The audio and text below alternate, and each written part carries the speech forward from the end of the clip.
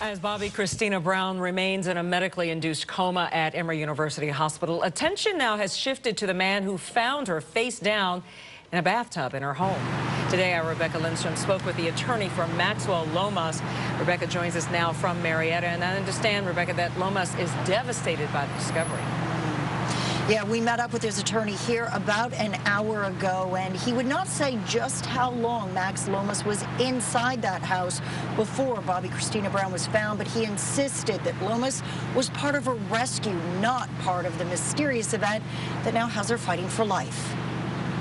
Bobbi Kristina Brown's family has 21-year-old became unresponsive, nearly drowning in her bathtub on Saturday. Police won't say whether she was under the influence of alcohol or drugs. Even if she were, Philip Holloway says his client had nothing to do with it. He's extremely heartbroken. He's devastated.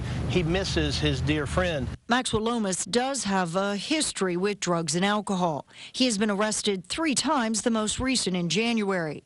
According to this incident report, Roswell police went to the in-town suites fearing Lomas might be using drugs to keep an 18-year-old girl from leaving. Police did find the girl along with marijuana and alprazolam, a drug used to... A statement directly from the girlfriend right here where she says in no uncertain terms that she was not being forcibly held by anyone and that she was not given any drugs. And Brown's friends say likewise she wasn't under anyone's control or even in trouble. And I know some people are talking about suicide. There's no way. These employees of Insomnia Tattoo say they've known Brown for 6 years. They talked with NBC about her last visit a few weeks ago. They say Brown had been thinking about the upper's death. She was wearing a T-shirt with her mother's picture on it.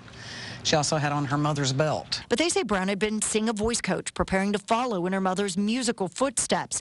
She was excited because she was just weeks away from starting to record her own album.